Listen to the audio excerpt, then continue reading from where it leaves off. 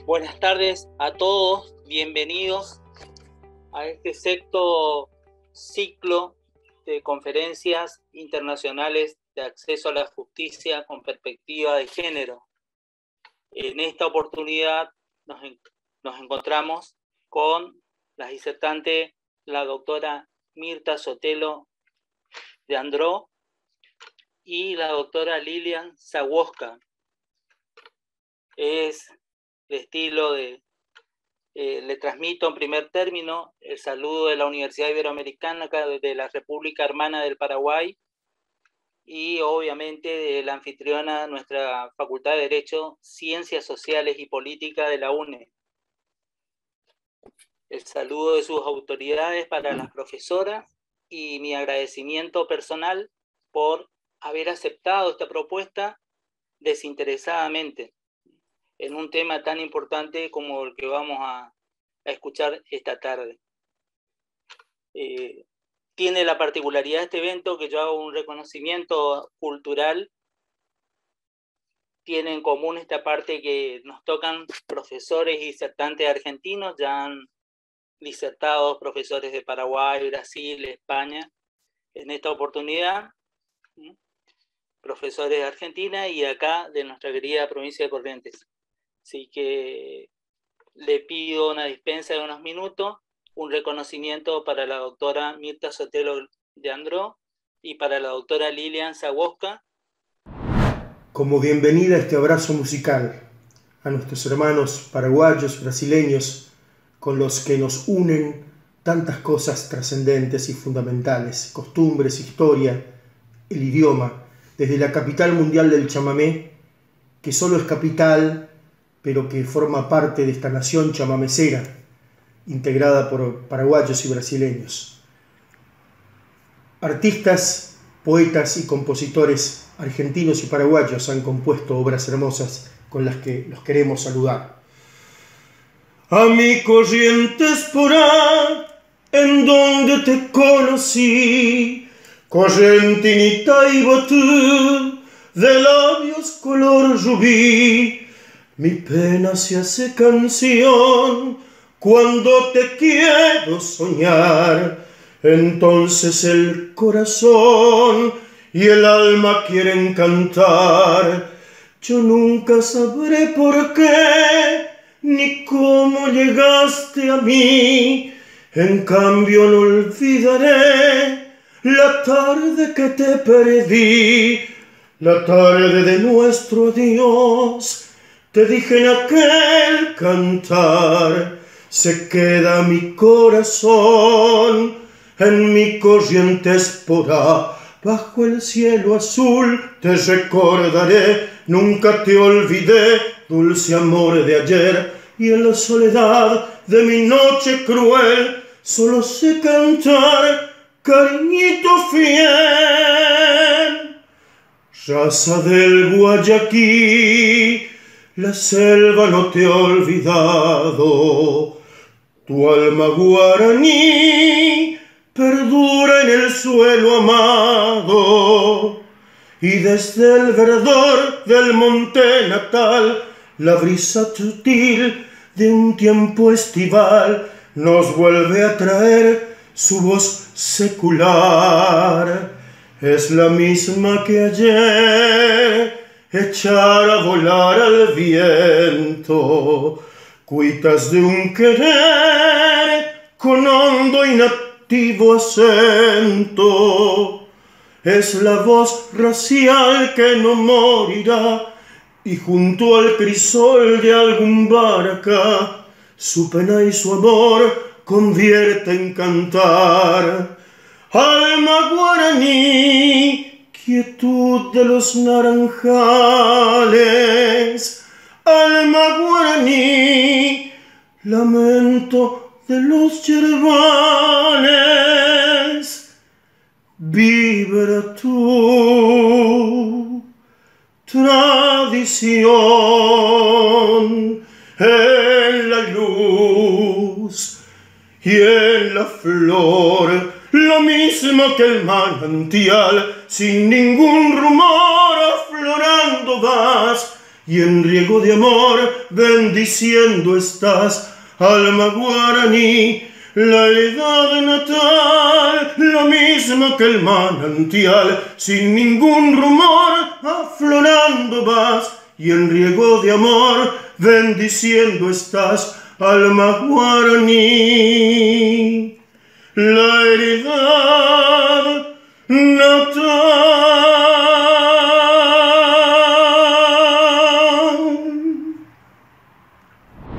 Y ahora, sin más, damos inicio a este ciclo de conferencias. En primer término va a disertar la profesora Mirta Sotelo de Andró. Va a abordar el tema de la función pública y la perspectiva de género. Tomé nota de algunos datos relevantes. La profesora, sin lugar a duda, es la máxima exponente de nuestra Facultad de Derecho, Ciencias Sociales y Políticas de la UNE, pero con el permiso de ella simplemente voy a leer acotadamente su currículum vitae. La doctora Mirta Sotelo es abogada, es magíster en Ciencias Políticas, es doctora en Ciencias Jurídicas en la Universidad Nacional del Nordeste, es doctora en Ciencias Jurídicas en la Universidad Católica de Santa Fe, es profesora titular de Derecho Administrativo 1, Cátedra A, Facultad de Derecho de la UNE, es directora de proyectos de investigación, produjo libros, publicaciones en revistas especializadas, participó en actividades de extensión y actualmente, bueno, es juez de la Cámara Federal de Apelaciones de la provincia de Corrientes, hoy presidenta de la Cámara Federal de Apelaciones de la provincia de Corrientes. Además, es vicepresidenta de la sede en Corrientes del Instituto de Ciencias Jurídicas y Sociales de la Academia Nacional de Derecho de Córdoba, en la región nordeste.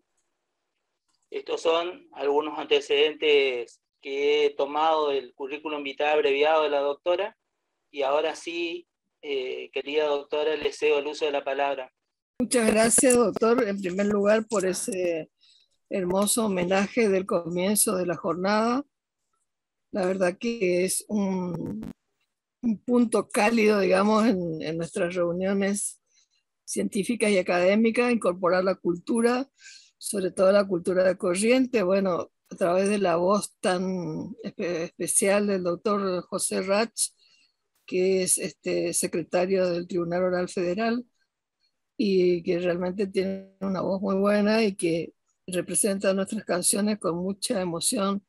Lo hizo a capela, así que realmente yo le agradezco mucho porque es un homenaje de sentido y bueno, y le da un tono distinto a las conferencias frías que habitualmente tenemos en todos los lugares.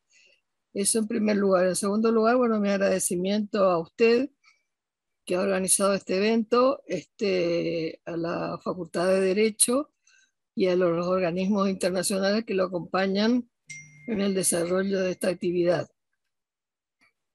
Bueno, el tema que nos convoca hoy, el tema de este seminario en general, es el tema de la mujer y la discriminación, ¿no es cierto?, que es un tema actual.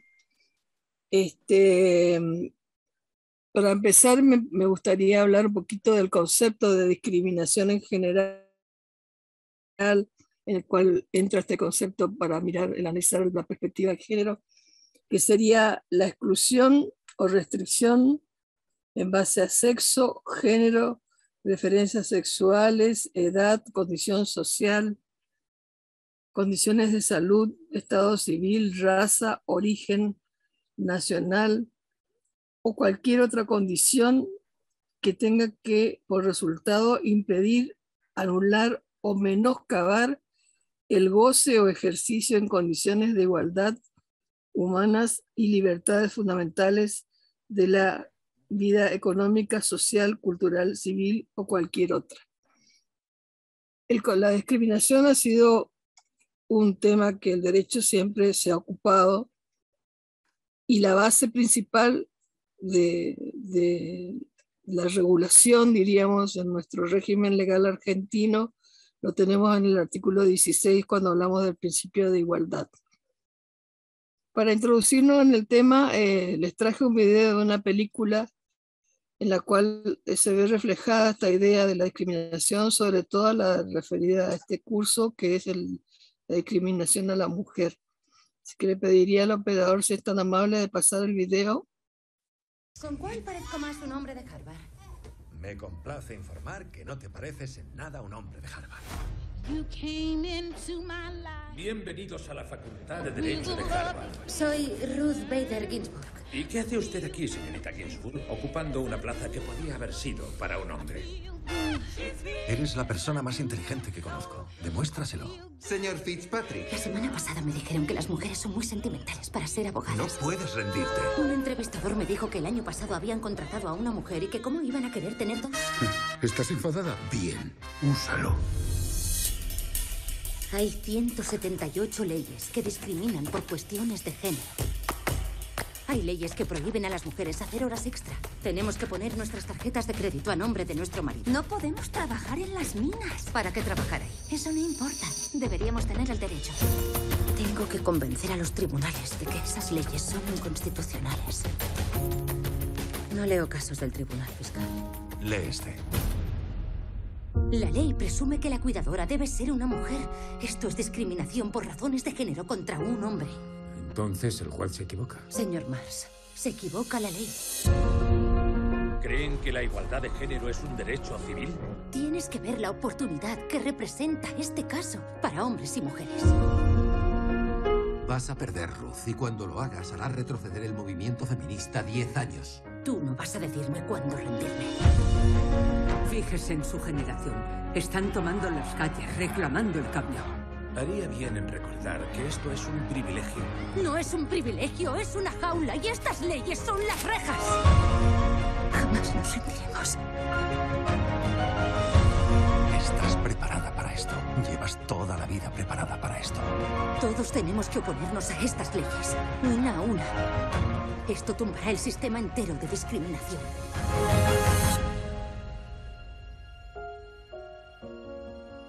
La palabra mujer no aparece ni una vez en la Constitución de los Estados Unidos. Tampoco la palabra libertad, señoría.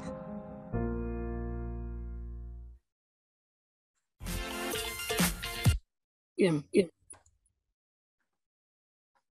Esta película en realidad es la descripción de la lucha de una mujer que quería ser abogada y estaba defendiendo los derechos de las mujeres, ¿no es cierto?, en los Estados Unidos, en otro momento histórico un poquito más atrás del que estamos viviendo hoy.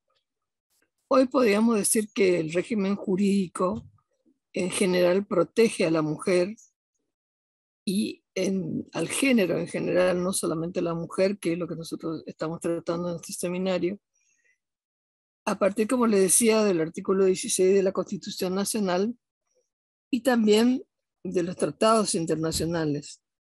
Tenemos el CEDAW en el artículo 5, que establece que no se pueden modificar los patrones socioculturales a las mujeres con miras a alcanzar la eliminación de prácticas consuetudinarias de cualquier otra idea basada en la idea de superioridad o inferioridad de sexos o en las funciones estereotipadas de las mismas. CEDAW ya saben que es la Convención contra todo tipo de discriminación contra la mujer en su sigla en inglés, ¿no es cierto?, que fue aprobada por Naciones Unidas y que tiene vigencia en todo el mundo. También otro instrumento jurídico internacional importante es la Convención de Belém do Pará, cuyo artículo 6 establece que se caracteriza el derecho de las mujeres a ser libres de toda forma de discriminación, ser valoradas libres de patrones estereotipados y prácticas sociales y culturales basadas en la subordinación.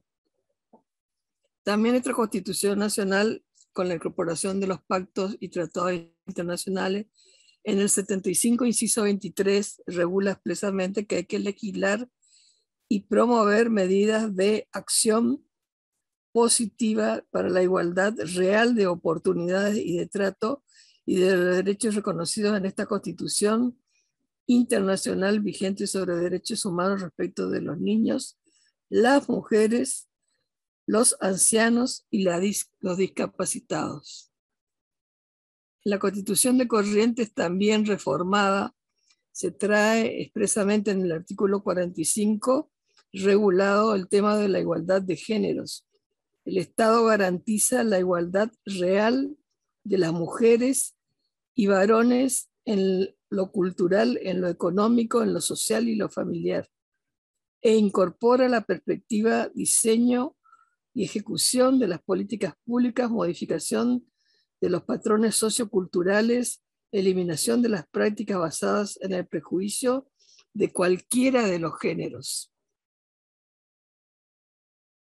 El estándar internacional de protección de la mujer, entonces, está regulado, como dijimos, en estas normas internacionales y además en la Ley 26.485 de protección integral para prevenir la violencia de las mujeres en los ámbitos de las relaciones interpersonales, sancionada en el 2009 en la Argentina, la Ley 27.499, llamada Ley Micaela, de capacitación obligatoria a todas las personas que integran los tres poderes del Estado en materia de protección de la mujer. Y también tenemos, por supuesto, dentro de cada una de las leyes propias que hacen a la regulación del empleo público, normas que son generales, como ser, por ejemplo, cuando uno accede a una función pública, las leyes que lo regulan, el orden federal, la ley 26.140, en el orden de las provincias, tenemos, cada provincia tiene un estatuto de personal propio. Sabemos que tenemos estatutos para la administración centralizada, para la administración descentralizada, para la nación, la provincia, los municipios, pero en todas las regulaciones que ustedes busquen van a encontrar que no hay discriminación hoy en lo que es la regulación legal en la Argentina. Estoy hablando de esto del régimen jurídico, o sea, que establece el ordenamiento hoy en nuestro país. Ahora, frente a esta realidad jurídica o normativa, se presenta otra cuestión, que es la realidad de lo que ocurre en la práctica, en la función pública y en general en otras esferas, ¿no es cierto?, de la vida social, pero hoy nosotros estamos abocados a analizar este tema de la función pública. ¿Qué realmente ocurre en estos casos en la realidad respecto? ¿Qué es lo que seguimos advirtiendo respecto a este tema? Bueno, para eso tenemos que partir un poco de la historia en cuanto al patrón sociocultural con que está conformado nuestro país. Es decir, nuestro país es un país de origen migratorio al cual han ingresado, ¿no es cierto?, diversos tipos de culturas provenientes de Europa y de otros lugares, porque tenemos una política de cultura abierta a la residencia de migrantes en nuestro país.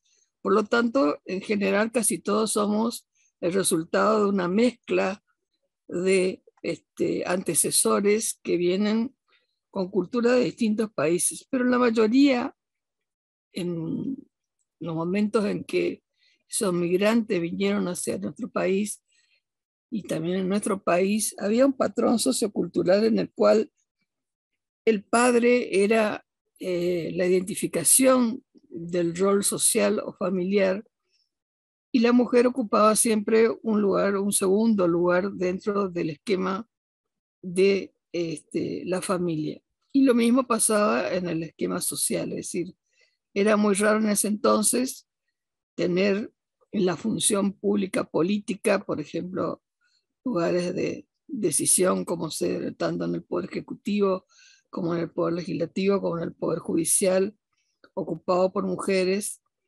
Y también ocurría lo mismo en las esferas inferiores, ¿no es cierto? Lo que sea los organismos que están ubicados debajo de las primeras autoridades de estos poderes, ya sean direcciones, subdirecciones, o sea, los lugares de poder y decisión en general en las primeras épocas o en estas épocas originalmente realmente era un porcentaje de 80 a 20% de varones versus mujeres. Lo mismo ocurría en el poder legislativo, la mayoría de los legisladores eran varones y las mujeres eran relegadas a un segundo plano. Y lo mismo en el poder judicial también, sobre todo en lo que son los órganos conductores, como son los superiores tribunales o cortes provinciales y la Corte Nacional, la Corte Suprema de Justicia de la Nación, en los que aún hoy eso permanece así, hay un porcentaje mayor de hombres que de mujeres. Algunas de estas situaciones, sobre todo en la cuestión política, se modificaron a partir de la sanción de la ley que estableció la obligatoriedad de que un 30% del padrón electoral esté integrado por mujeres. Con lo cual, esto obligó, ¿no es cierto?, a que las mujeres estén incorporadas en las listas que eran presentadas a elecciones y lógicamente hizo que hoy en día tengamos un cambio en el número o en el porcentaje de personas que están ubicadas en las distintas funciones estatales. Así, por ejemplo, en el Congreso de la Nación podemos decir que en la Cámara de Diputados hay un 40,3% de mujeres y el resto varones, y en la Cámara de Senadores un 40,9% de mujeres, el resto de senadores. Es decir que ha habido un cambio trascendental a partir de esta ley que obliga a que haya un porcentaje de mujeres en las listas para las elecciones, lo que se llamó el cupo femenino. Es decir, que fue una imposición legal, pero no hubo en realidad un cambio verdadero en el patrón cultural, que es lo que está manejando estas cuestiones problemáticas o conflictuadas en los distintos ámbitos del ejercicio de la función pública, sea en esta actividad de la parte política o la función administrativa propiamente dicha, sea la función operativa. No ha habido un verdadero cambio cultural, digo, porque en muchas de las mentalidades todavía se mantiene la discriminación o patrones diferenciados entre el hombre y la mujer. Y se mantienen estas discriminaciones en varias circunstancias o situaciones que dan lugar a lo que se ha llamado también a la violencia o acoso dentro del sistema laboral, recreándose todo un sistema y un estudio jurídico, tanto en el ámbito del derecho público, que estoy trabajando ahora, como en el ámbito del derecho privado, a través de estas nuevas apariciones, digamos, de nuevos tipos de conflictos, que no es que no existían antes, sí existían, pero ahora al ponerse en blanco y negro y poder denunciarse estas cuestiones, entonces los autores y la doctrina en general se dedicó al estudio de estos problemas y aparece todo un análisis de lo que es la cuestión del acoso o el acceso, o el maltrato laboral basado en cuestiones de sexo. Sobre todo de género, ¿no es cierto? Bueno, pero puede ser del hombre a la mujer o de la mujer al hombre, aclaremos que hoy en día se han presentado casos no solamente de los hombres hacia las mujeres, sino también de las mujeres hacia los hombres. Aunque es mayoría siempre el maltrato hacia el género femenino. Pero ambos están protegidos por la regulación legal, tanto la del derecho público como la del derecho privado. Esto requiere entonces, para poder realmente modificar esta situación que todavía persiste en los tres poderes del Estado, de un cambio del patrón cultural. Eso quiere decir que debe tenerse una mentalidad diferente. Tal vez la encontramos un poco más clara en algunos jóvenes, no crean que todos los jóvenes tampoco tienen una mentalidad tan abierta. Muchos jóvenes mantienen la mentalidad conservadora porque les son transmitidas a través, como decía, de los núcleos familiares, de las organizaciones, ¿no es cierto? Y los jóvenes mantienen esa mentalidad de separación y diferenciación de la mujer respecto al hombre en lo que sea en el trabajo o en la forma de tratar. Si miramos en primer lugar lo que son en las condiciones de ingreso a la función pública, se advierte muchas veces que no se tiene en cuenta solamente lo que se debe tener en cuenta, que es la idoneidad física, actitud física y psicofísica, digamos, para poder ingresar a un puesto público, sino que muchas veces las personas que tienen el poder de la designación o de elegir quiénes son los que van a ingresar, usan de esa diferencia de subordinación en la que se encuentra quien va a entrar, sobre todo en el caso de las mujeres, para aprovechar de esa situación para maltratos en materia sexual, ya sea o maltrato en cuanto a la forma de requerir los exámenes o ingreso o acceso, etc. Esto todavía existe, o sea, no hay una regulación discriminatoria, pero hay una práctica discriminatoria. Existe entonces, en primer lugar, cuando uno va a acceder a la función pública. Generalmente también, aparte de este tema, está el tema de que la mujer probablemente va a ser madre, entonces va a ocupar licencias, se ve más en el derecho privado sobre todo, licencias por maternidad, licencias para cuidar los hijos. Entonces dicen, no, una mujer no te conviene contratarle porque cuando ingrese probablemente empieza a tomar todas las licencias que existen y no preste el servicio debidamente.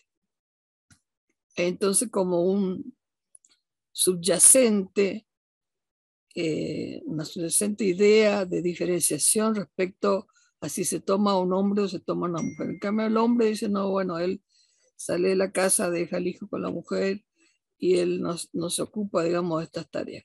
Cuestión que está cambiando hoy, como digo, de a poco, culturalmente. Hoy vemos ya en muchas familias, sobre todo los más jóvenes, insisto, en que el hombre actúa en el mismo nivel que la mujer, atiende a sus hijos, e inclusive muchos han reclamado y han obtenido, como ustedes conocen, la posibilidad de tener una licencia por paternidad para quedarse a cuidar al hijo cuando nace, lo cual es un derecho que han reclamado los hombres, que era exclusivo de las mujeres, justamente en ese pie de igualdad también del otro género, que como decía hoy, no es que solamente hay discriminación de género en cuanto a la mujer, sino también a veces hay discriminación de género respecto al hombre, o maltrato respecto al hombre.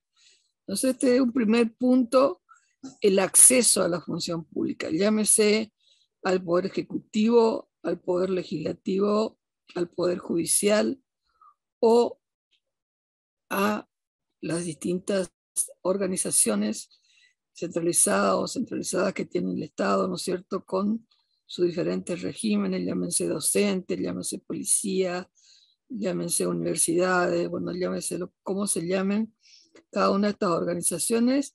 En todos se advierte este mismo patrón cultural, ¿no es cierto?, en general de rechazo de la mujer. Pero, y sobre todo en los cargos en los que hay mayor poder o poder de decisión.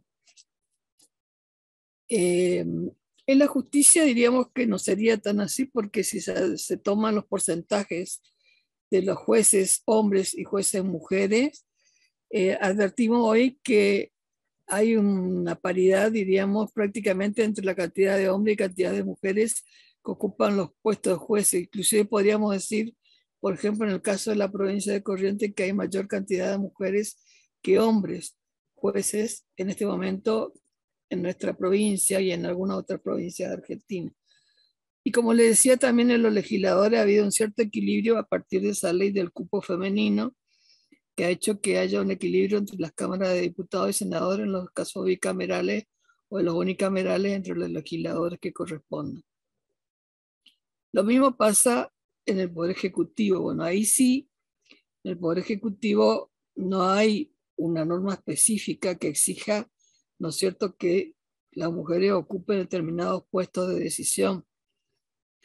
Y entonces se advierte, por ejemplo, en la primera línea después del presidente de la nación o gobernador de provincia o intendente municipal, que son en general los ministros a nivel nacional, los ministros a nivel provincial o los secretarios en los casos de los municipios, que la mayoría son varones. Es decir, que se toma para la decisión, los lugares, estos puestos de decisión ejecutiva, a los hombres.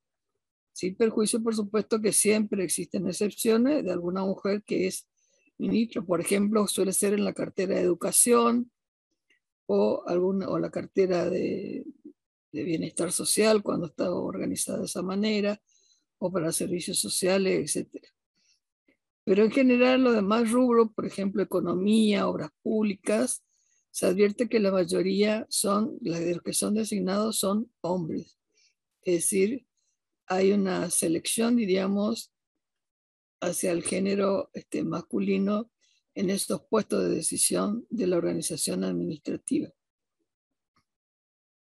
Eso entonces respecto al acceso en los tres poderes del Estado, como decía, con una evolución que se va advirtiendo en algunos de ellos en cuanto a la igualdad o paridad de posibilidades, pero no sin grandes luchas.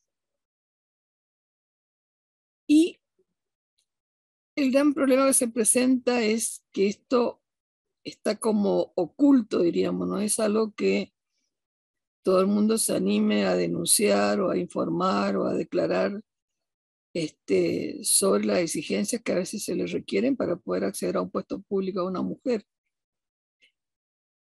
Es un tema difícil, es un tema violento para la propia persona que tiene que denunciar, y aparte de denunciar no se queda allí, digamos, porque tiene que ser después expuesto en las declaraciones, etcétera, donde se presente la necesidad de que esa persona se exponga. Entonces se expone públicamente y eso hace también de que haya como un temor, diríamos, a hacer este tipo de denuncia. Pero bueno, eso va avanzando y toda esta educación, digamos, que se está haciendo en materia a partir de la perspectiva de género, la ley de Micaela, que obliga a educar a las mujeres justamente en esta materia y que aprendan a defenderse, la incorporación de todas estas normas que estamos hablando, tanto de los tratados internacionales, las sentencias que ha dictado la Corte Interamericana, las que ha dictado las cámaras contenciosas administrativas en el orden federal,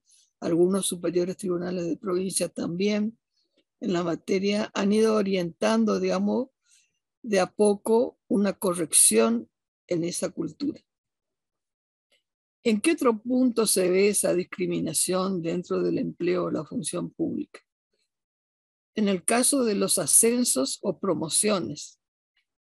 O sea, además del ingreso, también cuando tenemos los casos de ascensos o promociones, sin perjuicio de que la mayoría de los regímenes trae regulado un régimen tasado de puntajes para los ascensos o promociones, las distintas organizaciones, sobre todo estoy hablando del Poder Ejecutivo y los poderes de la administración central o descentralizada, también allí se advierte una discriminación o una presión muchas veces, ¿no es cierto?, respecto a la mujer para poder ser ascendida o promovida al cargo superior.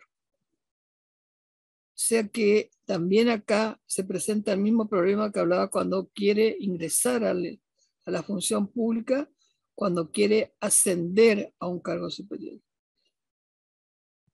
¿Y qué pasa cuando ingresa una mujer a un lugar, a una oficina pública, y el jefe le interesa tener alguna relación con esa mujer, cosa que no debería hacerlo dentro del ámbito de la función, pero ocurre y la mujer no le hace caso? Aparece ahí otra figura que es la del maltrato.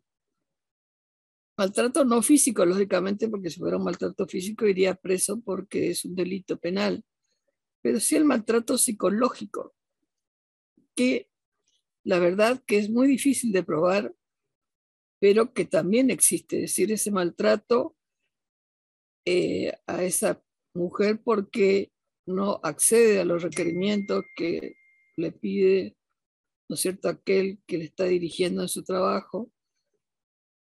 Y esto provoca realmente situaciones de violencia, de depresión y una verdadera discriminación en lo que hace al trabajo. Y vuelvo a repetir que también se da respecto de la mujer con el hombre. O sea, a veces hay jefas que son autoridades superiores en determinados lugares, bueno, que también tienen actitudes de maltrato o lo que se denomina el acoso laboral con los varones. O sea que también el hombre muchas veces tiene estos problemas de agresión o de violencia dentro de la relación de trabajo.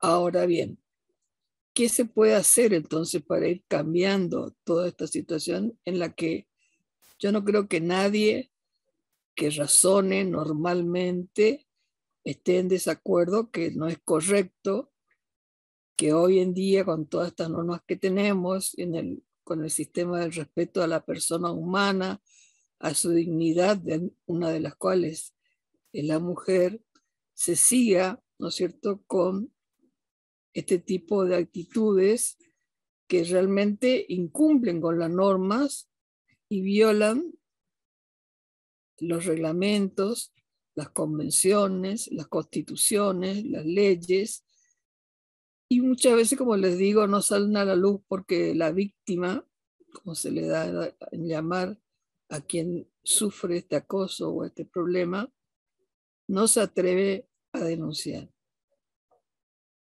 ¿Qué podemos hacer entonces? Bueno, vamos a hacer, una de las cosas que vamos a hacer es esta que estamos haciendo con este curso, es decir, capacitar, hacer conocer las normas que existen, a qué lugares pueden recurrir, porque a partir de todas estas leyes que hemos denominado se han creado una serie de oficinas y organismos encargados de controlar que se cumplan con estas normas. Específicamente en materia de la mujer ha habido una gran creación de organismos y también en la misma Corte Suprema de Justicia de la Nación, bajo la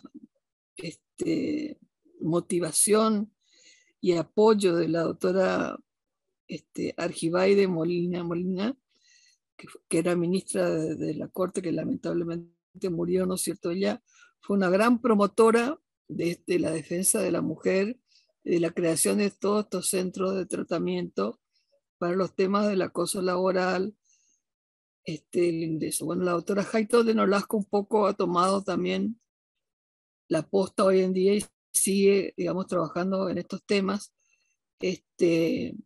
Y hay en todas las organizaciones judiciales una orientación, indicación de que se forme, ¿no es cierto?, tanto a los agentes como funcionarios, etcétera,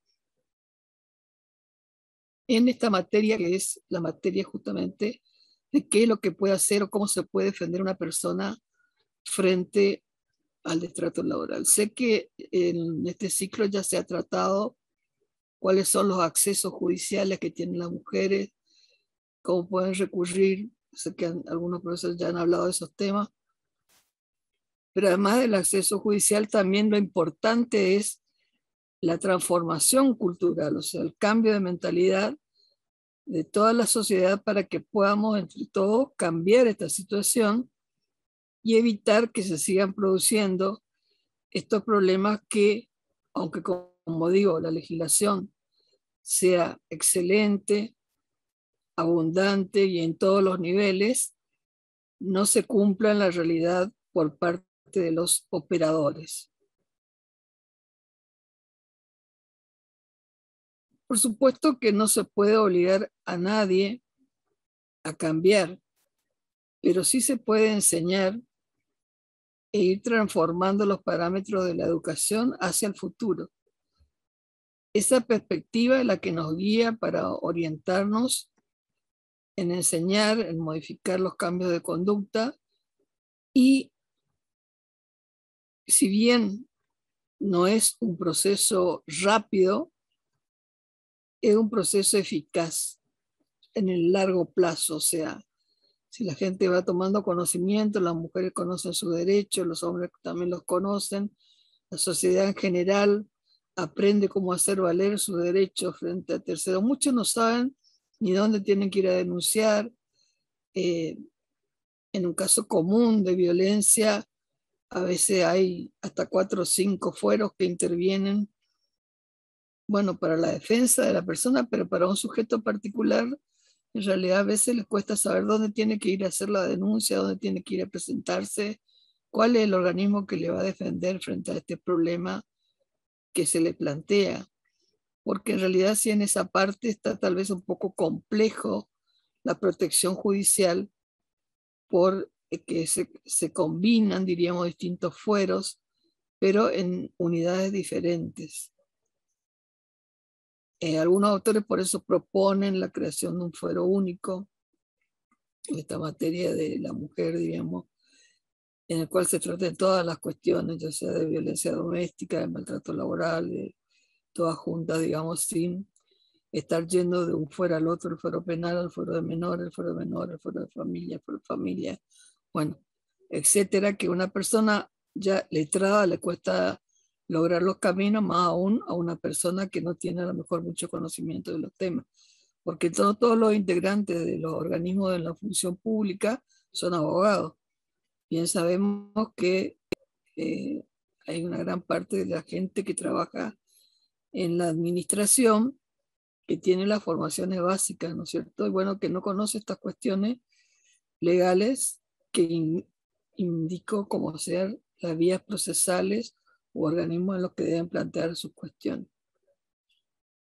Bien, entonces decía, proponemos una cosa que es el tema de la educación, que no lo pienso yo, sino ya se ha pensado desde hace mucho tiempo, por eso mismo se hacen estas capacitaciones, hay una ley que obliga a capacitar directamente, hay un seguimiento en este momento de los organismos judiciales sobre todo, y también Poder Ejecutivo, que promueven la enseñanza en materia justamente de discriminación y de violencia respecto a las mujeres. Una segunda cuestión, como digo, del cambio sociocultural, el cambio de los patrones, es decir, entonces eso ya implica la modificación en la familia, la enseñanza en la familia, desde la cual parte, ¿no es cierto?, toda unidad social, por lo menos hasta ahora, y en la cual deben también incorporarse estos valores para que la gente aprenda a convivir en forma pacífica, armónica y respetando el derecho del otro. Y por último también tenemos un cambio que tiene que haber en las personas que detentan el poder o las posibilidades de decisión, llámense legisladores cuando dictan normas, llámense las autoridades superiores del Poder Ejecutivo, llámense las autoridades superiores del Poder Judicial, quienes también deben estar imbuidos de estas políticas de defensa y de respeto de la igualdad de trato.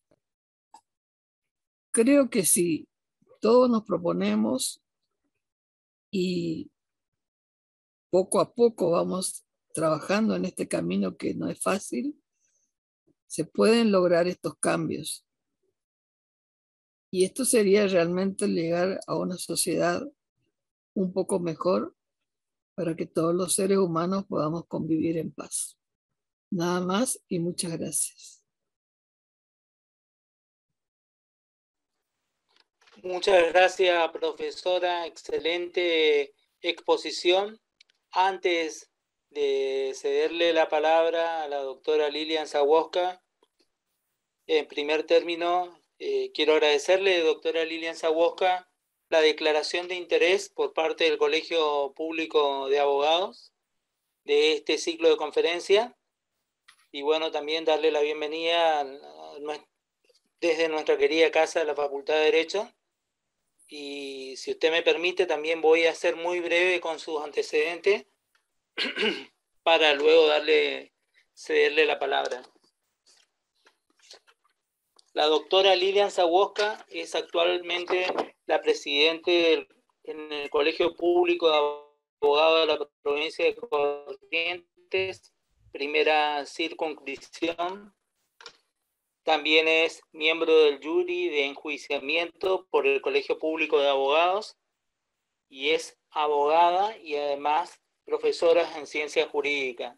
Palabra, y le agradezco nuevamente que haya aceptado esta propuesta desinteresadamente. La escuchamos. Muchas gracias, doctor, muy amable. Sí, realmente agradezco a usted en su persona por haberme invitado. Realmente es un honor para mí participar de este ciclo de conferencias internacionales y nada más ni nada menos que compartir este ciclo con la doctora Mirta Sotelo Andró, una verdadera maestra. Realmente es un doble honor para mí participar de esta charla. Además, bueno, quiero aclarar nomás que fui miembro del jury, ya actualmente no, actualmente soy presidente del colegio y soy también vicepresidente del Consejo Superior de Colegios de Abogados de la provincia de Corrientes. La verdad que coincido en todo con lo que ha expuesto la doctora Mirta Sotelo, y yo voy a hablar sobre la abogacía y género más desde el ámbito también del ejercicio liberal de la profesión. Así que vamos a ver, voy a tratar de compartir pantalla. La incorporación de la mujer en el campo laboral trajo consigo profundos cambios en las estructuras sociales y en la economía, sobre todo a partir de la revolución industrial.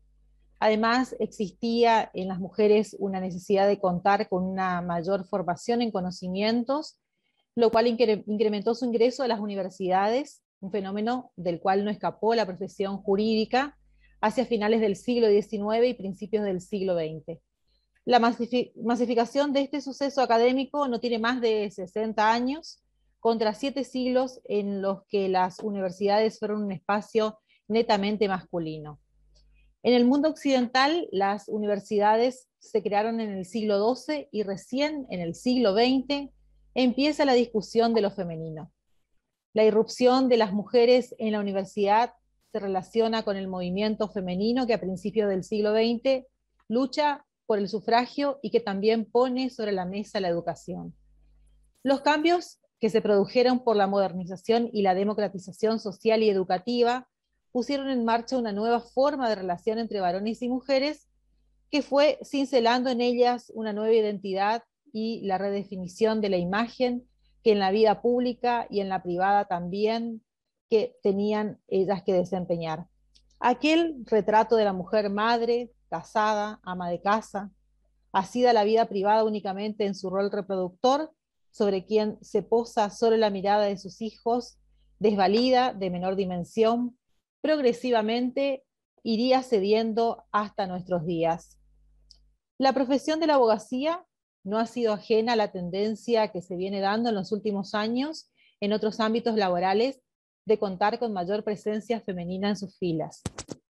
Esta exposición pretende constituir unas simples reflexiones acerca del fenómeno conocido como techo de cristal o esa barrera invisible que desequilibra la proporción de hombres y mujeres en los altos puestos profesionales en favor de los primeros, y si el mismo se manifiesta o no en el ámbito del ejercicio profesional de la abogacía y sobre todo en los ámbitos de representación gremial.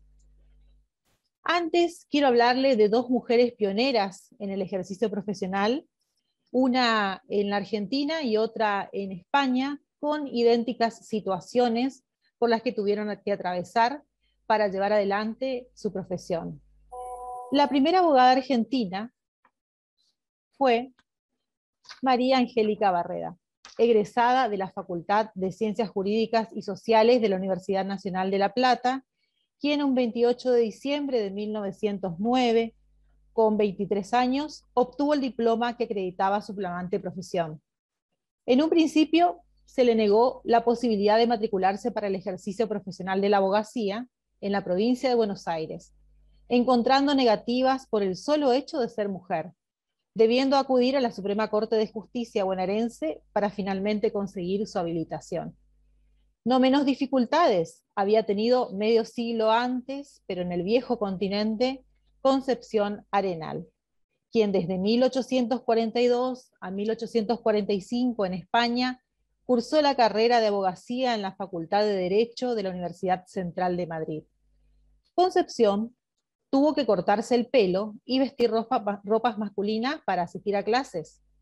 Cuando se descubrió su treta, se le autorizó a ir al aula como oyente, pero sometida a estrictos controles.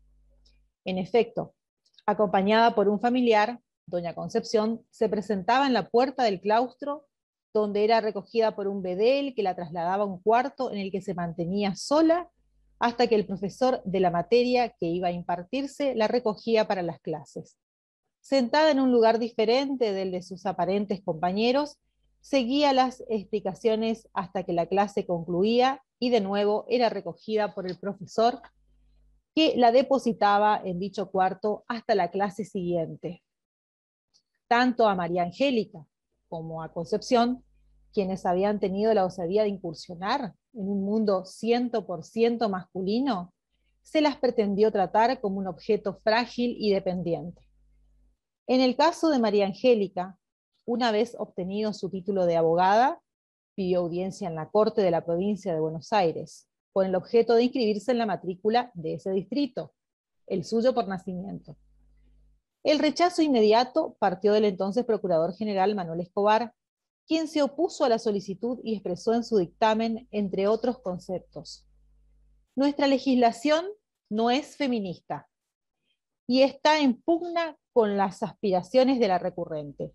La inscripción de este diploma importa echar por tierra todos los principios legales consagrados por el Estado argentino y la organización actual de la familia, en la cual tiene asignada a la mujer la función más noble y trascendental. El descargo de la flamante abogada no se hizo esperar y se tradujo en un escrito de 18 fojas. El dictamen denegatorio de mi solicitud ha demostrado que aún subsisten espíritus prevenidos al surgimiento de la mujer, la que reclama con su trabajo y sus necesidades un puesto de acción en la sociedad que le permita la subsistencia honrada, sin dependencias absurdas dignas de una época para siempre pasada. Fue parte de su argumentación y agregaba: algunas personas piensan que conferir el diploma de abogado a la mujer no significa crear la mujer abogado, sino la mujer hombre. Absurdo ante el cual se detienen como ante un sacrilegio demoledor. Ese criterio corriente, o más bien vulgar, es el que seguramente ha inspirado aquella frase cómoda del señor procurador de que se echaría por tierra toda nuestra legislación con este permiso. Entre nosotros, la mujer ha triunfado en las otras profesiones y continuará conquistando palmo a palmo la regla igualitaria que se persigue en justicia. Por su parte, decía Concepción, ante similares embates, también en un escrito presentado que decía que es un error grave y de los más perjudiciales inculcar a la mujer que su misión única es la de esposa y madre. Lo primero que necesita la mujer es afirmar su personalidad, independientemente de su estado, y persuadirse de que, soltera, casada o viuda, tiene derechos que cumplir, derechos que reclamar, dignidad de no depender de nadie. Otra pionera, indudablemente, fue la doctora Celia Tapias, quien sí fue primer mujer egresada en diciembre de 1894 de la Universidad de Buenos Aires y se convirtiera en doctora con la tesis tutela dativa en 1911. Fuera abogada egresada, no en ejercicio, de la ciudad de Buenos Aires, y tuvo también no pocos escollos para llevar adelante su profesión. Pero a pesar de las muchas dificultades que enfrentaban, la presencia de las mujeres en la profesión se fue acrecentando a lo largo del siglo XX, sobre todo a finales de los años 60 y principios de los 70. Así también, las primeras mujeres ¿quiénes fueron las primeras mujeres en la judicatura? En noviembre del año 2004 se anuncia en la prensa el fallecimiento de María Luisa Anastasi de Walger, a los 87 años.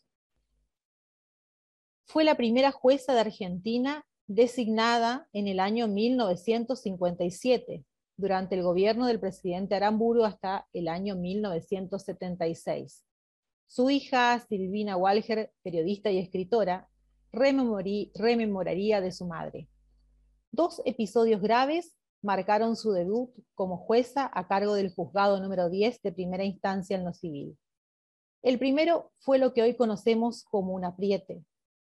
Los mismos, uno de ellos un viejo y entrañable amigo, que habían sugerido su designación por causa de sus méritos, pretendieron imponerle los contenidos de un fallo.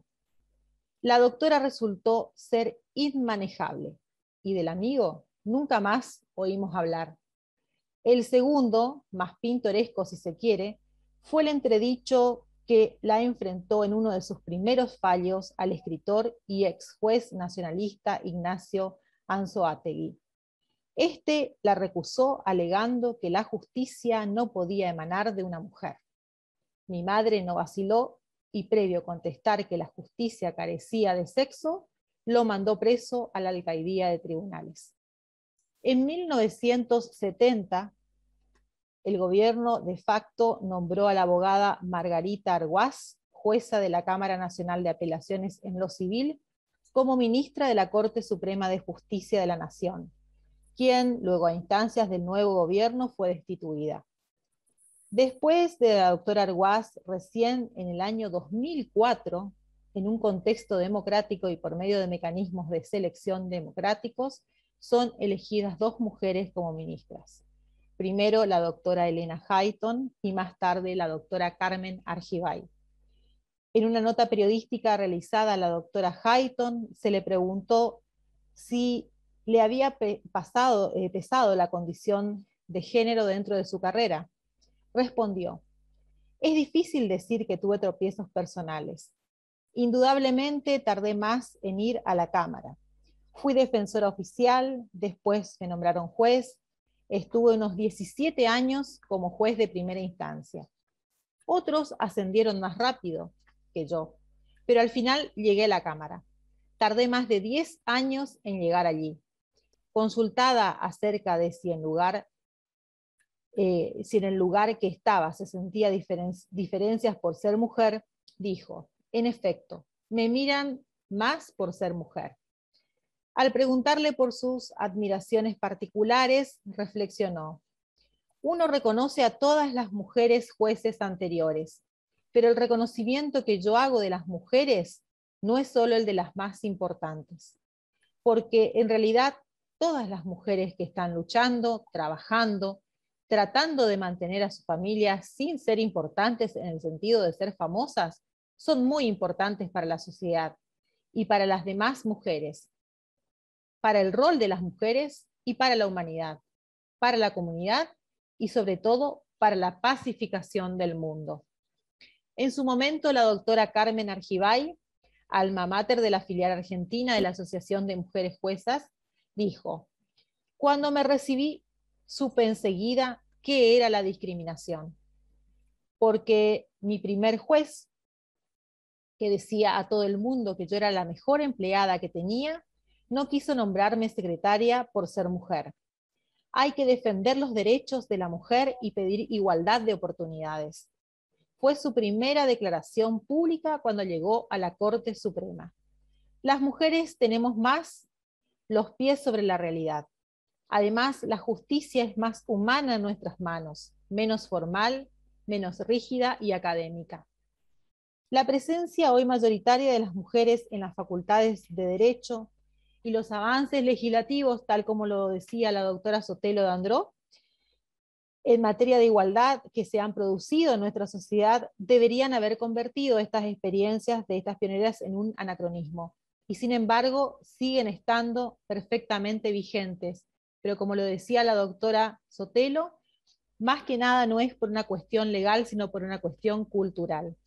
Las mujeres somos más de la mitad en las últimas promociones de la judicatura, fiscalía o de acceso a la abogacía. Sin embargo, tanto en el Poder Judicial como en los cargos representativos de significancia, en la mayoría de los colegios o consejos de la abogacía, se siguen vistiendo ropas masculinas. En cuanto a la matrícula de las mujeres en el ámbito universitario, podemos decir que ya han pasado más de 112 años desde que María Angélica Barreda se convirtió en la primera mujer que pudo ejercer como abogada en nuestro país. Desde entonces, la presencia de las mujeres en la abogacía se ha ido acrecentando notablemente. El incremento del número de mujeres en la matriculación de la carrera universitaria de Derecho constituye indudablemente una de las causas del aumento del número de abogadas que ejercen esta profesión. Actualmente podemos compartir con otras mujeres espacios universitarios en la justicia, en los estudios jurídicos, en las empresas, en las legislaturas y en diferentes espacios públicos o privados. En la actualidad, existen más publicaciones referidas al género y la justicia, siendo muy pocas las referidas al ejercicio profesional de la abogacía y género. Pero todas las investigaciones relevadas coinciden y las une un factor común. Documentan las inequidades existentes en la profesión judicial o liberal ejercida por mujeres. En nuestro país, a pesar del ingreso masivo de las mujeres a las universidades y que sus estudios de posgrados sean logrados inclusive muchas veces en porcentajes más altos que los varones y con mejores promedios de notas, su ingreso y desempeño en el mercado laboral se torna dificultoso, y sobre todo dentro de la organización judicial en Argentina, donde fue tardío. Se renuevan en la administración de justicia las mismas condiciones discriminatorias visibles en la sociedad, a medida que se asciende en la escala de prestigio y mando, disminuyendo la participación de las mujeres. ¿Qué pasa en los cargos de representación institucional? Un veterano abogado, el doctor Simón Abecasis, recordaba en un artículo publicado en la revista del Colegio Público de Abogados de la Capital Federal, la justicia era ejercida exclusivamente por hombres. Las mujeres no ocupaban los cargos de jueces, camaristas, fiscales o defensores de pobres. Solo recuerdo el caso de Margarita Argúas, profesora de Derecho Internacional Privado y miembro de la Corte Suprema de Justicia de la Nación. No se concebía que las mujeres incursionaran en la justicia.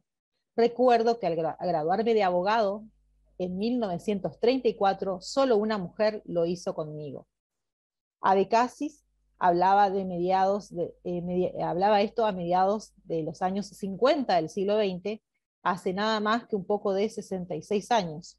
Hoy las mujeres constituyen más de un 50% de las que estudian Derecho, y no llegan a ocupar un 15% de los puestos directivos, y no solo en las empresas o en los despachos. Tampoco llegan a las altas instancias de la judicatura, a pesar de ser el 52% de los jueces, y muy poco llegan a ocupar cargos de relevancia representativa en la profesión liberal. Desde el año 2010, la Oficina de la Mujer de la Corte Suprema de Justicia de la Nación realiza un relevamiento periódico del Poder Judicial, nacional y provincial, según el cargo y género de quienes la ocupan. El mapa de género de la justicia argentina constituyó la primera fuente de información con que se contó para corroborar estas inequidades. Lo cierto es que en el ámbito de la profesión liberal no contamos con una oficina como esta que recabe información acerca de la composición de los directorios de los colegios y también de las representaciones, en este caso de la Federación Argentina de Colegios de Abogados, pero lo cierto es que existe un estudio realizado por distintas colegas que han sido pioneras en la equidad, la paridad de género en FACA. En la provincia de Corrientes, de los 5 colegios públicos de abogados creados por Decreto Ley 119, 2 de ellos se encuentran ocupados, 2 de ellos están presididos por mujeres. Bueno, quien les habla es presidenta del Colegio de Abogados de la Primera Circunscripción Judicial de Corrientes, hasta el año 2021, ocupando ya en este momento mi segundo mandato. Y también tenemos como presidente a la doctora Susana Raggio, que es la presidenta del Colegio de Abogados de Paso de los Libres, y que a su vez también es presidenta del Consejo Superior de Colegios de Abogados, que se encuentra integrado por los 5 colegios de abogados de la provincia. Es decir, que en este caso se rompe la regla en cuanto a que la presidencia y la vicepresidencia están ocupadas por mujeres. En lo que sí, en el estudio, en el relevamiento, en cuanto a la integración de los directorios de los distintos colegios profesionales de la abogacía, tanto a nivel nacional como a nivel provincial, el número de hombres aún sigue siendo un poco mayor que el de mujeres. Por su parte, a nivel nacional, en la Federación Argentina de Colegios de Abogados, el 15 de febrero del año 2019 se dio un paso trascendental para lograr la paridad de género para los cargos de la mesa directiva y junta de gobierno. Ese día tuve la oportunidad de participar de una histórica jornada como integrante de la Junta Extraordinaria de la Federación Argentina de Colegios de Abogados, en mi carácter de presidente del Colegio Público de Abogados de la Primera Circunscripción de Corrientes. He tenido el alto honor de votar por la aprobación de la reforma estatutaria. De esta manera, la FACA, a casi 98 años de su fundación, comenzó una nueva etapa con un cambio sustantivo de paradigmas culturales, implementando acciones concretas para alcanzar la igualdad real y efectiva, a fin de garantizar una participación igualitaria, equitativa y representativa de abogadas y abogados. Pero ¿cómo se gestó este logro? ¿Cuál fue la génesis por la cual llevó a una amplia votación sobre este proyecto? Esto tuvo su génesis, como les decía, en el año 2009, en el cual se da la política de promover la creación de la Comisión de los Derechos de la Mujer en el marco de la Federación Argentina de Colegios de Abogados. En octubre de ese año se realiza una reunión constitutiva y ya en esa primera reunión se propuso tratar la participación de las mujeres abogadas en sus colegios profesionales. En diciembre del año 2010, el equipo latinoamericano de justicia y género publica un trabajo de Violeta Canaves denominado Cupo Femenino en la Federación Argentina de Colegios de Abogados, una deuda pendiente entre la profesión jurídica y la democracia. En este artículo se critica a la FACA y a los colegios que la integran, que aún no respetaban el mandato constitucional de adoptar medidas de acción positivas para eliminar todas las barreras que importen la discriminación hacia las mujeres. Los datos estadísticos informados por Canaves respecto de cantidad de mujeres presidentes de colegios, delegadas mujeres a la Junta de Gobierno, presidentas mujeres en las comisiones, siguen siendo más o menos los mismos. Pero es muy significativa la información que se puede agregar hoy día acerca de la cantidad de colegios federados que respetan el cupo femenino, la paridad y la integración de sus comisiones directivas sin tenerlo necesariamente consagrado en su normativa. La estadística obtenida analizando una por una la composición de cada comisión directiva es auspiciosa, dado que por lo menos en 53 de los 81 colegios sí se cumple. De 17 no hay informes. Y en 10 directamente la cantidad de mujeres que integran los órganos directivos es ínfima. Con respecto a la ocupación de cargos de decisión, realizado un relevamiento actual de entre los 81 colegios y consejos que integran la FACA, se cuenta solo con datos en 76 de ellos. Y arroja los siguientes resultados. 22 de ellos cuentan con una mujer en el cargo de presidente. 35 cuentan con una mujer en el cargo de vicepresidente.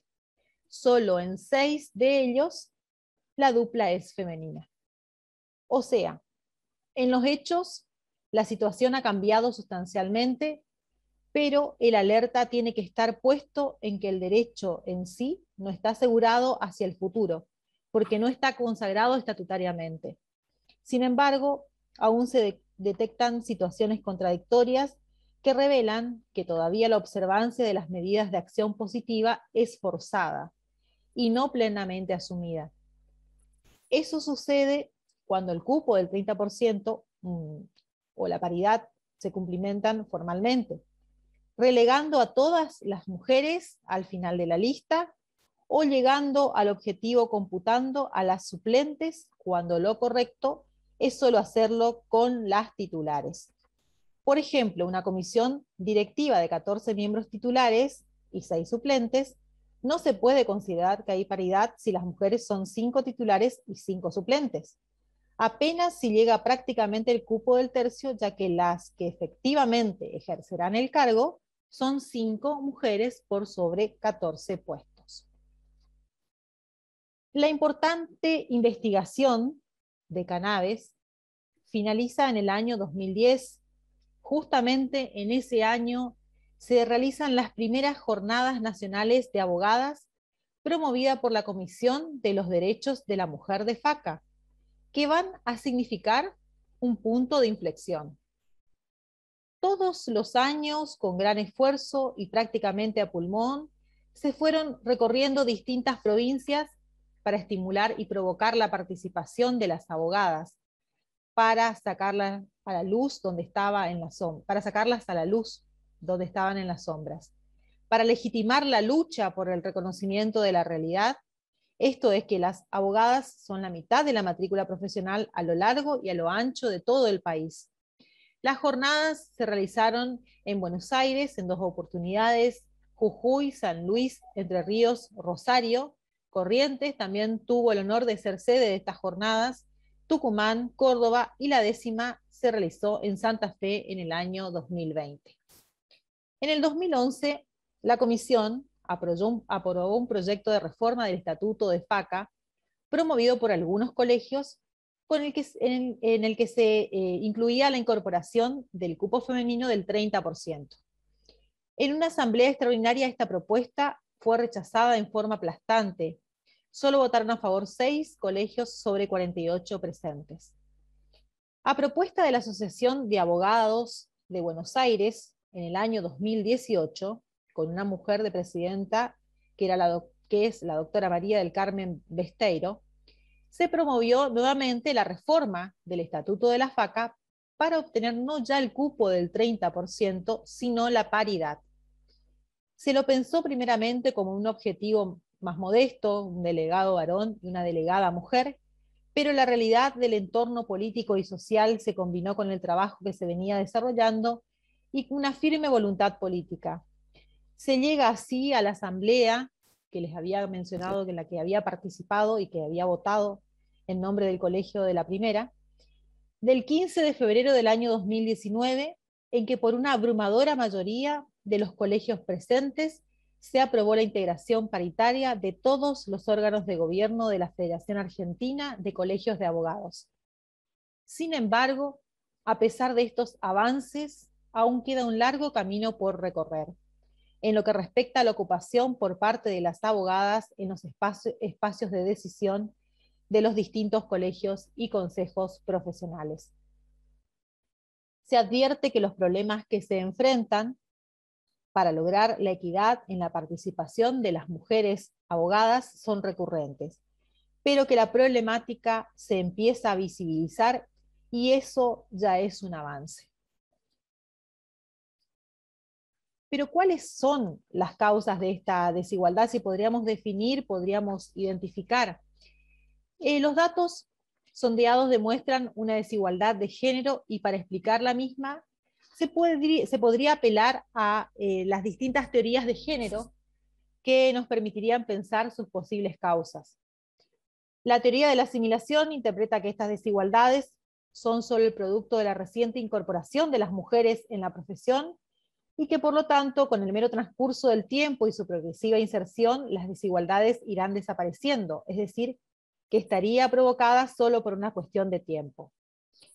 Para la teoría de las elecciones, se interpreta que son las inversiones que mujeres y hombres realizan profesionalmente en educación y entrenamiento profesional, lo que llevaría por una cuestión biológica a las mujeres a elegir entre las responsabilidades familiares frente al propio avance en la carrera profesional. Los hombres concentrarían su atención en la formación y especialización profesional. Dentro de esta teoría, encontramos las que explican las elecciones desde el feminismo cultural y la socialización, donde las mujeres optan por áreas de la carrera vinculadas a la vida privada familiar, como es el derecho de familia o puestos de trabajo, o que les permitan lograr un balance entre su vida familiar y laboral, y a diferencia del feminismo cultural, las teorías de la socialización consideran que hombres y mujeres tienen diferentes intereses, valores y formas de pensar, diferencias que son socialmente creadas y reforzadas a lo largo de la vida.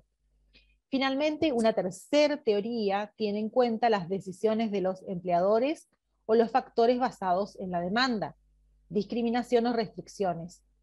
Las diferencias serían entonces el resultado de prácticas discriminatorias deliberadas o de diseños y estructuras organizacionales que fomentan condiciones desiguales en el empleo de hombres y mujeres.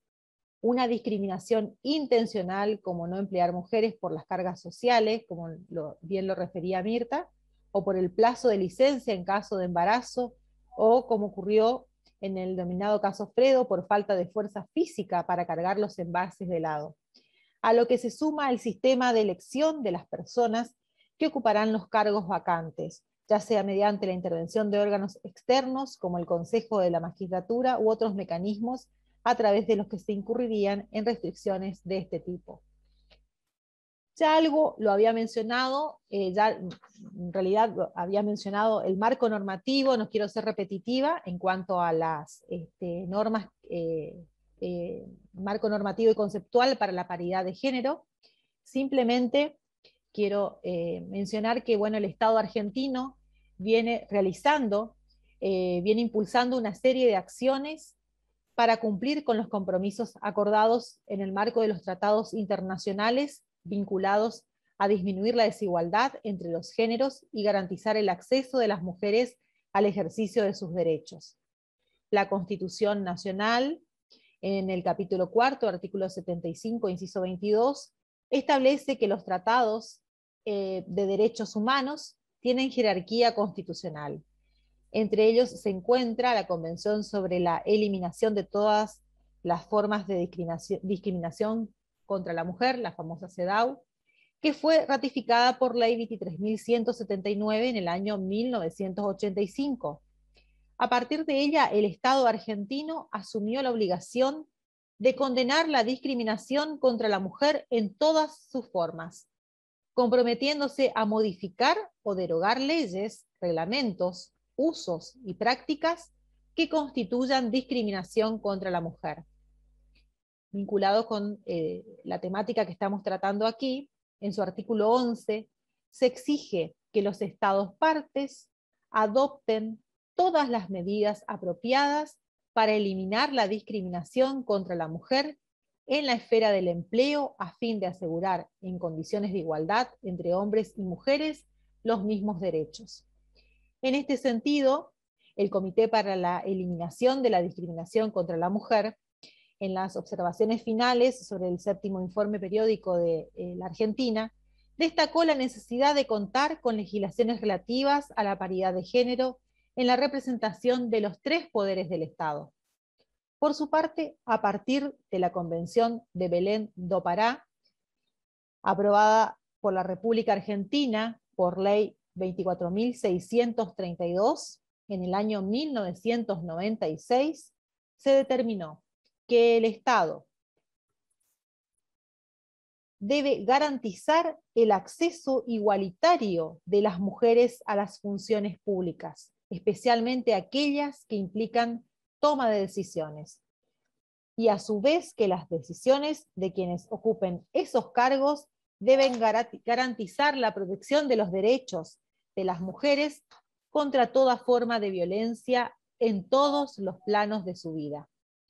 El 25 de septiembre del año 2015 tuvo lugar el Foro Político de Alto Nivel sobre el Desarrollo Sostenible de las Naciones Unidas, en donde se propició el seguimiento y examen de la Agenda 2030 y los Objetivos de Desarrollo Sostenible. El objetivo final de las metas de estos objetivos es conseguir la igualdad de género y disminuir los mecanismos sociales que promocionan las condiciones de desigualdad. En su artículo primero, la CEDAW define la expresión discriminación contra la mujer. Esto ya nos había dicho Mirta, así que lo voy a pasar. Así que ella ya lo había claramente especificado qué se entendía por discriminación. En particular, los Estados partes adoptarán todas las medidas apropiadas para eliminar la discriminación contra la mujer en la esfera del empleo, a fin de asegurar en condiciones de igualdad entre hombres y mujeres los mismos derechos. En particular, el derecho al trabajo como derecho inalienable de todo ser humano, el derecho a las mismas oportunidades de empleo, inclusive a la aplicación de los mismos criterios de selección de cuestiones de empleo, el derecho a elegir libremente profesión y empleo, el derecho al ascenso, a la estabilidad en el empleo y a todas las prestaciones y otras condiciones de servicio, y el derecho al acceso a la formación profesional y al readiestramiento, incluido el aprendizaje, la formación profesional y el adiestramiento político. El derecho a igual remuneración, inclusive prestaciones y a igualdad de trato con respecto a un trabajo de igual valor, así como a la igualdad de trato con respecto a la evaluación de la calidad del trabajo. Según el glosario de igualdad de género de la ONU Mujeres, la igualdad de género se refiere a la igualdad de derechos, responsabilidades y oportunidades de las mujeres y los hombres, y de las niñas y de los niños. Asimismo, entiende la incorporación de una perspectiva de género como el enfoque y la estrategia para implementar mayor igualdad para las mujeres y niñas en relación con los hombres y niños. La Argentina realizó un proceso de adaptación e implementación de la Agenda 2030 y de los Objetivos de Desarrollo Sostenible en todo el territorio nacional, y ratificó su compromiso para cumplir estas metas. En su adaptación al contexto nacional se incluyeron los 17 Objetivos de Desarrollo Sostenible y se seleccionaron las metas considerando indicadores que midan las distintas condiciones, que colaboran con la permanencia de esta desigualdad.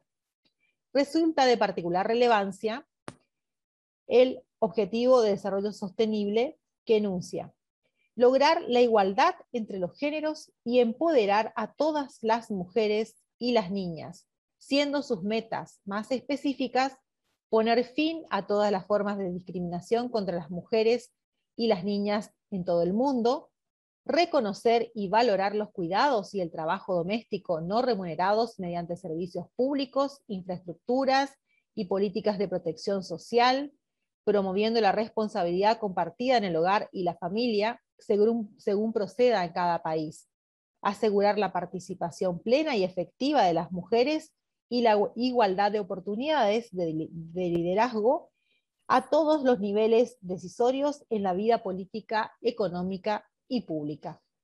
Esta meta se vincula con el concepto de autonomía, que refiere a la capacidad de las personas de tomar decisiones libres e informadas sobre sus vidas, que les permitan actuar según sus propias aspiraciones y deseos en un contexto histórico propicio.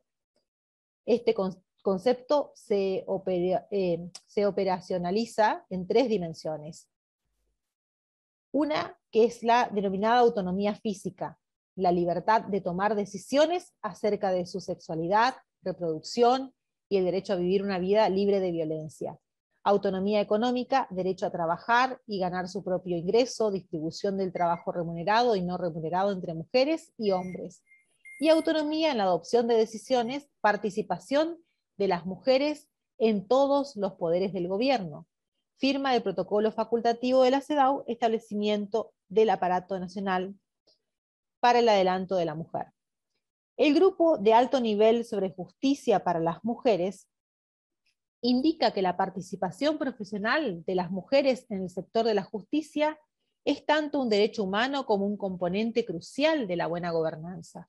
Por lo tanto, en sus recomendaciones para impulsar la inclusión de las mujeres en la toma de decisiones, advierte que puede ser necesario adoptar medidas, incluidas medidas especiales de carácter temporal, para garantizar que las mujeres estén representadas en pie de igualdad en la judicatura y como magistrados, jueces, fiscales, defensores públicos, abogados, mediadores y funcionarios encargados de hacer cumplir la ley, así como en los foros tradicionales de toma de decisiones.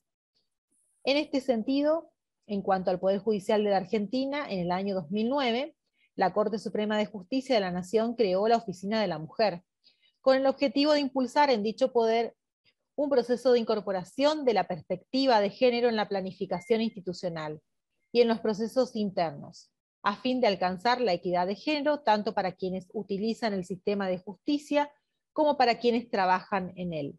En virtud de ello, desde el año 2010 se elabora el denominado que ya había nombrado, el mapa de género de la justicia argentina, que permite observar la distribución entre varones y mujeres de los cargos del sistema de justicia en la República Argentina.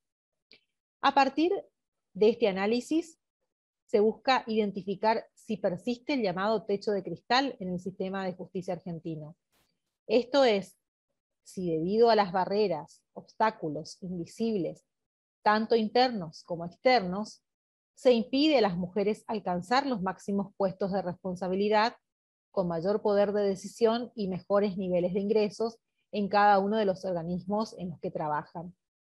Este proceso de segregación vertical es multicausal, operando en él diversos mecanismos en las distintas fases de la escala judicial.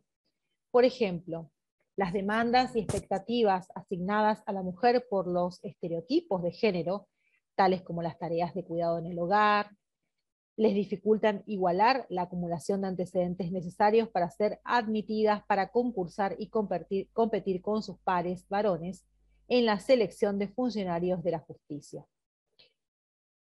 Otros mecanismos de discriminación vertical se vinculan a los procedimientos más complejos de selección, especialmente para los cargos de magistratura y de máximas autoridades de cada institución, para los cuales no resulta requisito haber hecho carrera judicial dentro del Poder Judicial. De esta manera, las mujeres suelen ser mayoría en los niveles inferiores, mientras que los varones son mayoría en los niveles superiores de la escala jerárquica, reproduciendo una distribución desigual de los cargos y con ello de la autoridad de forma piramidal. A la par de la segregación vertical, se observa también que la composición de género en los distintos fueros presenta la particularidad de que las mujeres tienen mayor presencia en aquellas materias vinculadas al rol de cuidado, de la protección y de lo doméstico, virtudes asociadas a los estereotipos de lo femenino, tales como las ramas del derecho de familia, mientras que otros fueros asociados al poder, tales como el fuero penal y el electoral, están mayoritariamente ocupadas por varones, dando cuenta de cierta segregación horizontal. Ahora bien, la igualdad entre abogados y abogadas, ¿es una utopía? La igualdad entre mujeres y hombres es un principio jurídico universal. La igualdad es una de las grandes conquistas de la civilización occidental. Al igual que el trabajo, a igual trabajo, igual salario y las mismas oportunidades de promoción, el mundo jurídico, que debería ser adalid de las causas justas, no puede quedarse atrás. La diversidad es un valor en nuestra profesión. Los abogados somos solucionadores de problemas, y las diferentes visiones traen también soluciones que abordan mejor la complejidad de los asuntos. Numerosos factores influyen en la discriminación: culturales, sexistas, la lógica resistencia a abandonar una posición de privilegio, valoración de las habilidades de marcado carácter masculino, diferentes prioridades, falta de modelos femeninos, brecha salarial que provoca desánimo en la mujer y la toma de decisiones familiares que la alejan del ejercicio, menor facilidad para trasladar su residencia o viajar, promociones decididas por hombres dentro de su círculo de confianza y otras tantas. Causas complejas para un problema complejo. Y comprender que tenemos un problema es sin duda el primer paso para enfrentarnos a él. Las mujeres hemos conquistado el mundo laboral y estamos disfrutando de él. Hace no tanto se pensaba que no teníamos la capacidad, que era incompatible con la delicadeza de nuestra naturaleza, e incluso el desarrollo de muchas actividades se nos estaba prohibido. Las mujeres del mundo deseamos y merecemos un futuro igualitario, sin estigma, estereotipos ni violencia. Un futuro que sea sostenible, pacífico, con igualdad de derechos y oportunidades para todas las personas. A fin de lograr este objetivo, el mundo necesita mujeres en todas las mesas en las que se tomen decisiones. Si aspiramos a una sociedad efectivamente justa y democrática, no debe haber techos que impidan o dificulten el ejercicio de los derechos de las mujeres. Por eso, en la abogacía debemos trabajar por hacer efectiva esa igualdad que declamamos. El enfoque de género debe incorporarse en la actuación letrada como herramienta de cambio social. Es imprescindible aprender a identificar y eliminar prejuicios y estereotipos que mantienen y reproducen distintos modos de discriminación. Las abogadas en particular, como las mujeres del mundo en general, deseamos y merecemos un futuro igualitario sin estigmas, estereotipos ni violencia. A fin de lograr este objetivo, el mundo necesita de más mujeres tomando decisiones.